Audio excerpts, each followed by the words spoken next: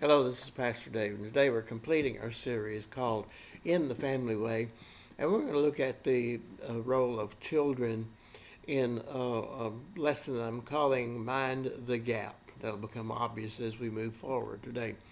Now, you remember we started by looking at the fact that God has a designer families, and we use Jesus' admonishment to refer to the beginning, to the creation, when God created man and then the woman, and Jesus referred to creation, and that would be a good starting point for us as well.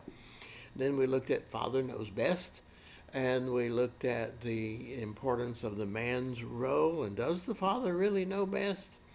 He should. He oftentimes doesn't. There are a lot of reasons that affect that. And then we looked last week at helpmate and the woman's place, the mother's place in the family. And now we round it out with looking at the children. And our lesson is called Mind the Gap, and that's important. For guidance, we're going back to Ephesians, where Paul had this passage regarding the order in the home. It started in Ephesians 5, went over into Ephesians 6, and that's where we're going today.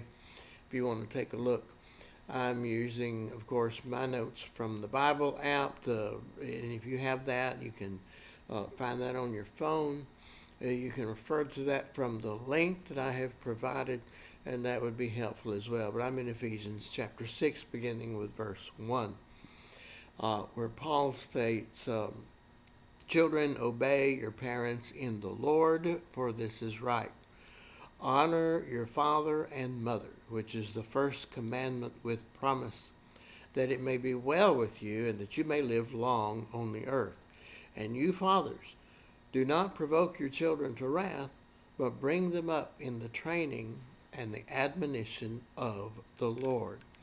So here Paul has instruction for children to obey their parents, and then he quotes from the Fifth Commandment, which we find in Exodus and in Deuteronomy.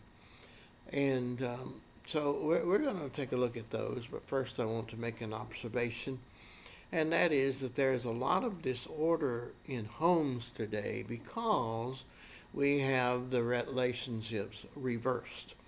And that is, the children become the center of the home, and they run the home. And for some reason, we think, whether it's just the way everybody does things in the culture, or whether it has to do with psychology, but we think that a proper home for children is the child-centered home, and that's not correct. It creates a disorder and puts everything upside down.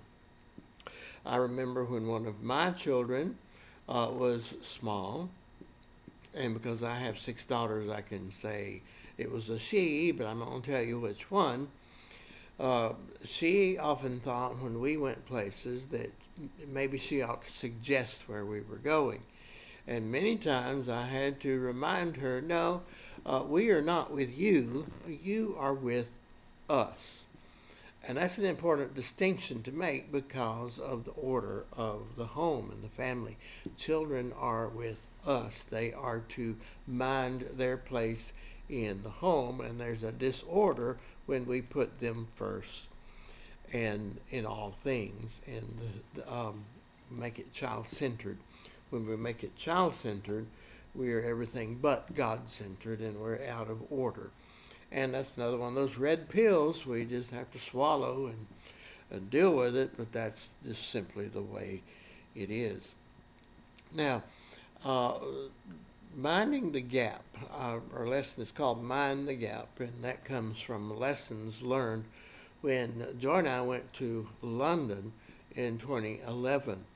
And as we were moving about London, we made good use of the underground train. The subway is called the underground officially, but unofficially it's called the tube, because the tunnels most often are shaped like a tube structure. And it's a very easy way, once you learn the system, to get around town. And as we would come to the platform, you would hear and see reminders to mind the gap. The train approaching the platform, and you would notice along the ways it was written into the platform itself, mind the gap, but also you would hear on the overspeaker above when the train approached, mind the gap, mind the gap. And what that meant was that the trains were not especially designed or paired for the platform height and distance, as you find in some of the more modern places in America today, and that you need to be careful of the foot or so, 6 inches to the foot difference in distance and also height of the train to the platform, and you had to mind that when you made your step onto the train carriage. As they're saying, mind the gap. And it just reminds me of the generation gap that exists between every generation. And I think to some degree, the generation a gap has occurred between all generations. But I seem to notice that it is particularly prevalent in the current time. And they seem to be, as time progresses and we move away from a biblically ordered society, that the generation gap grows bigger and bigger. And there is less respect from one generation to the one before it. And I'm beginning to observe and experience that even now as we move into current times, and that's unfortunate. We don't need to have a generation gap, and so we need to honor that gap. Now, I mentioned that Paul, from the outset, that Paul mentioned that the children need to obey their parents and the Lord, for this is right. And then he quoted from the Fifth Commandment. Let's go to Exodus chapter 20 and look at verse 12, where the Fifth Commandment occurs, and it says, honor your father and your mother, that your days may be long upon the land which the Lord your God is giving you. And that's the Fifth Commandment first given in Exodus. It reoccurs in Deuteronomy 5. And it has these words, honor your father and mother as the Lord your God has commanded you, that your days may be long, and that it may be well with you in the land which the Lord your God is giving you. The text is the same, but there is a different promise attached to it. And Paul, remember, said this is the first commandment with a promise. So the Fifth Commandment is one that has promise. Let's look at the promises there and some things that I've noted about the Fifth Commandment from both of these passages in Scripture. And I think the repetition is important. When something is repeated in Scripture, that means emphasis. It's very important. So let's take a look at this.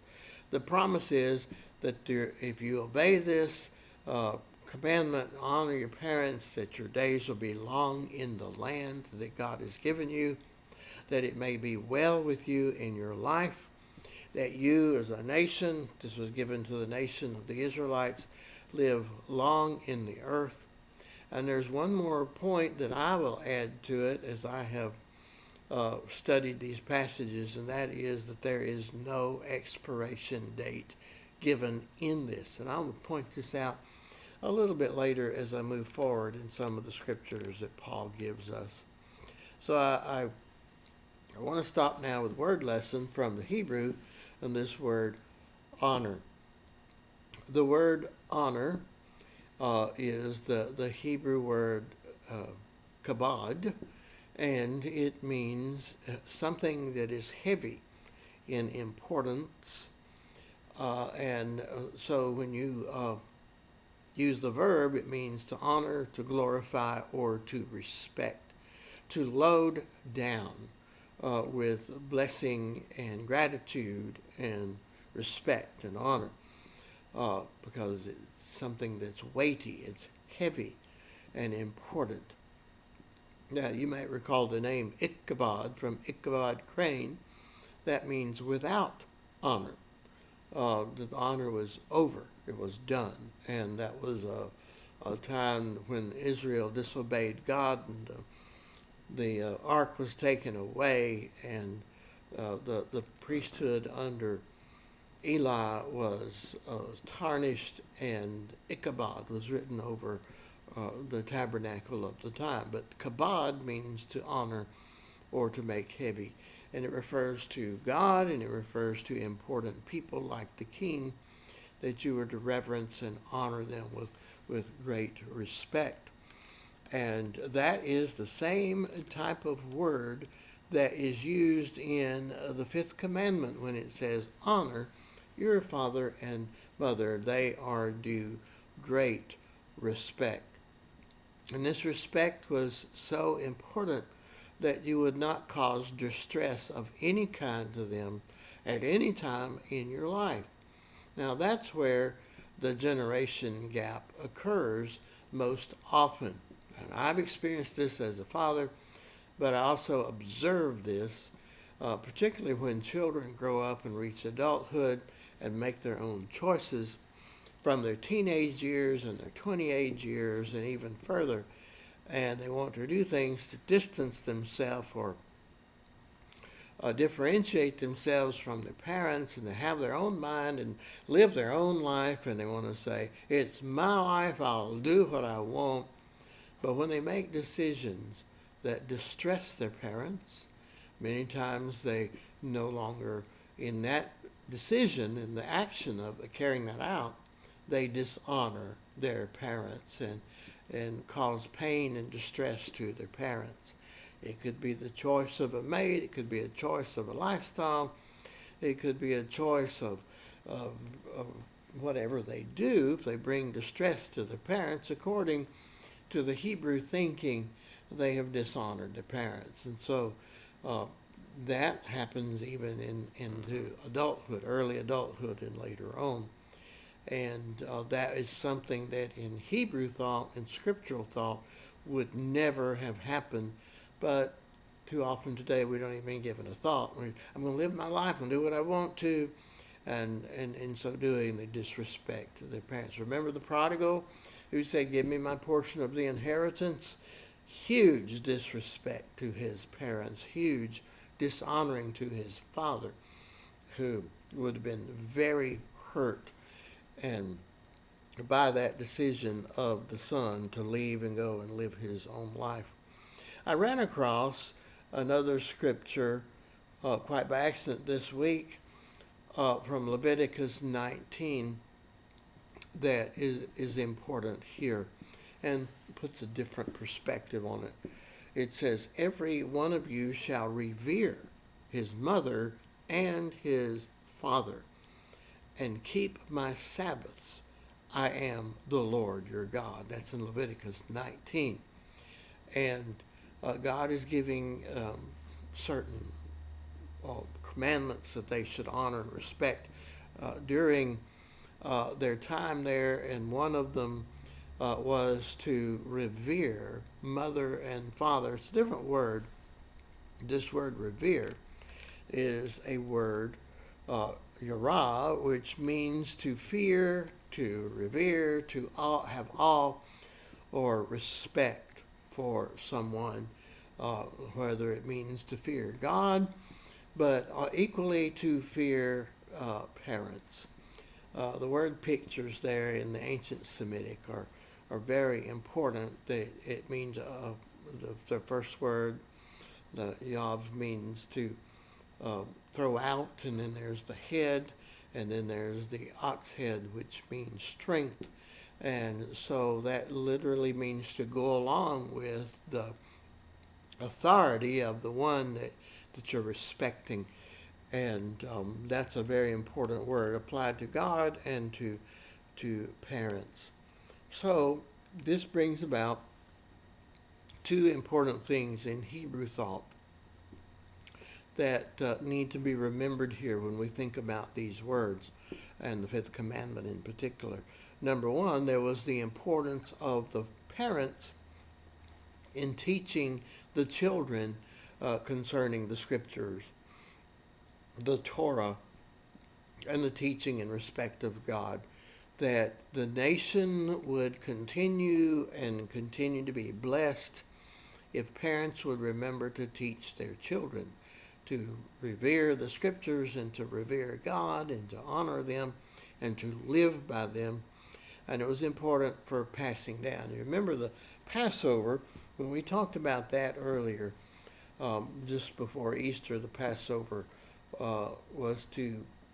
a part of it was to be the teaching to the children of why we do these things, and that was all a part of this idea, this thing of passing along the importance of the Scriptures. And the second and equally important to this is the importance of the children to listen and to apply this in their life, continuing on. But from the Fifth Commandment and from the other Scriptures that we have looked at today, I'm noting that the burden falls upon the children. That is, the oncoming generation, to look up to the generation before for importance of the Scriptures and lifestyle and teaching and wisdom and all these things, to listen and to honor and to obey. So you see, that turns the child-centered home on its head. It's not the child-centered home, child-centered activities anymore, but it has to do with the passing along of what God has intended, and that places the parents in the place of putting those Scriptures down, and it's the place of the children to respect that. And so the oncoming generation always looks toward the previous generation. And so if we honor that and respect that and understand that in Hebrew thought, the generation gap should close. It should cease to be there, because it is important and incumbent on children to listen to and to follow their parents. Far different from what our culture says today. And I'm also noting from this that there is no expiration date with this at all. As long as your parents are living, you owe them the respect and honor and to listen to them for what they have to say. Now, this comes out in one of the admonitions that Paul gives to Timothy, and I'm looking at 2 Timothy 3 for this guidance. And Paul is speaking to the last days, and I'm going to try to define when the last days are. That's for another time.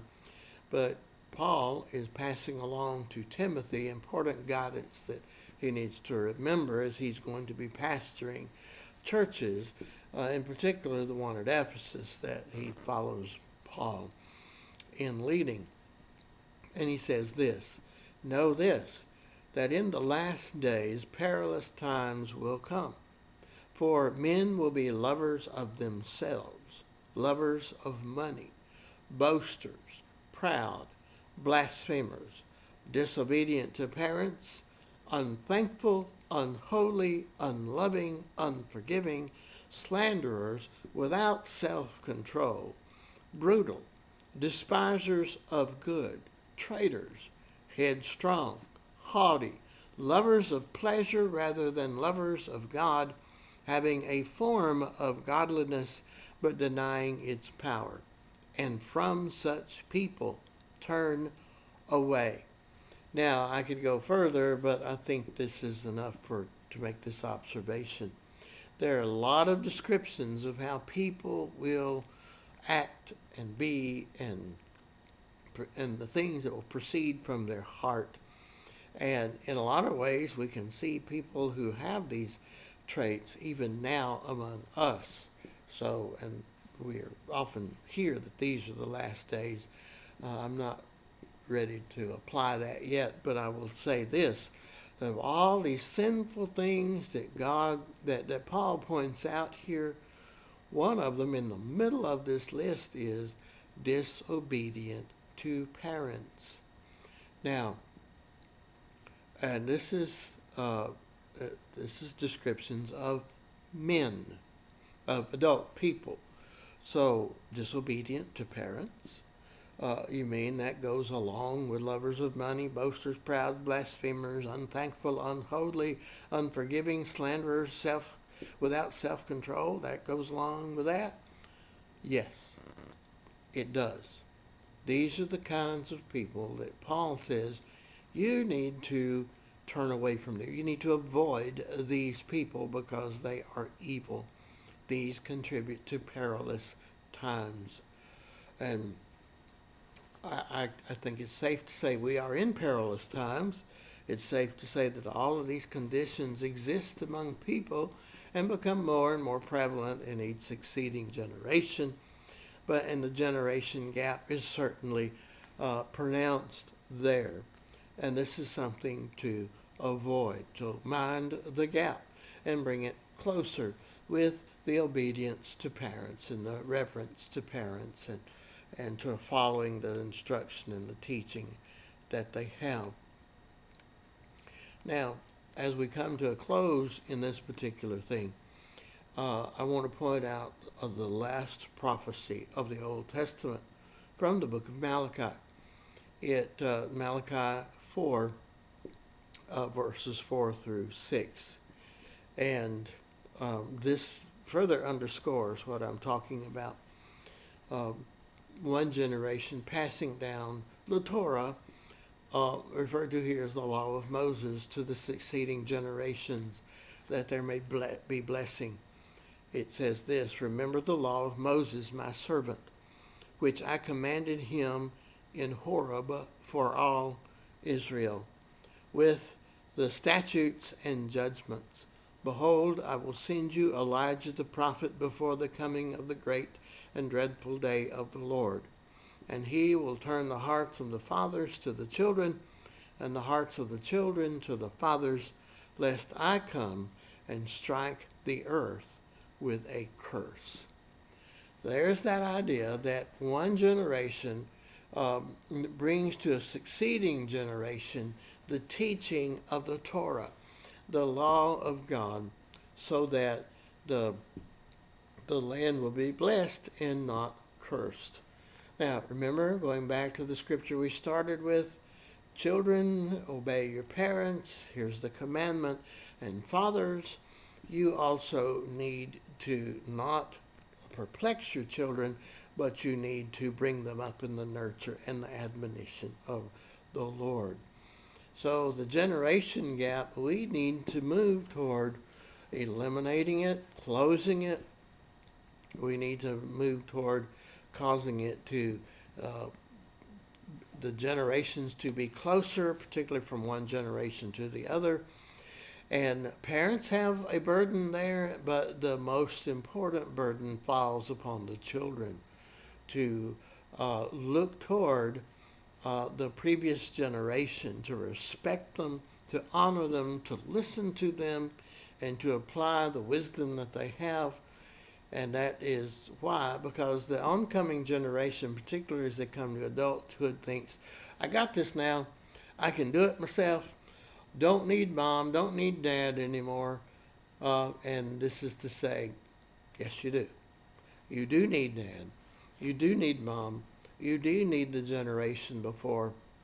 So you do not need to label them. You do not need to make fun of them. You do not need to talk ill of them. You need to respect them and to respect their wishes. And that's what brings the home into order the way God intended. There is a design. It goes all the way back to the beginning. And God created the man. God created the woman. He set them in a home, set the relationship so that the husband loves the wife, wife respects her husband, the children respect and honor their parents, and their parents teach them the ways of the Torah, the ways of God's will, and they are to be respected and honored, and children have the burden of looking up to their parents and honoring their parents and not bringing them distress of any kind.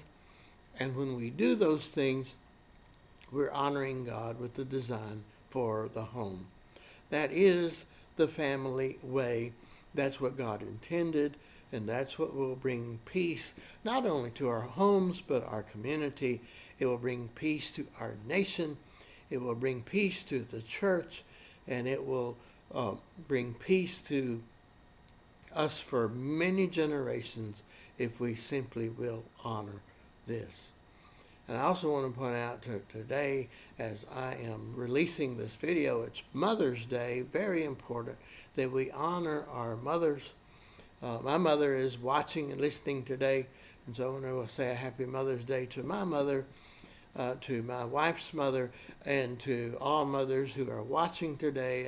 And I want you to bless your mothers and respect them and revere them because of the contribution you gave to them, that they gave to you is extremely important. And if your mother has passed away, you need to honor and respect your memory of her and bless them. And God bless our parents and our mothers today. Thank you, and God bless, and we'll see you next week.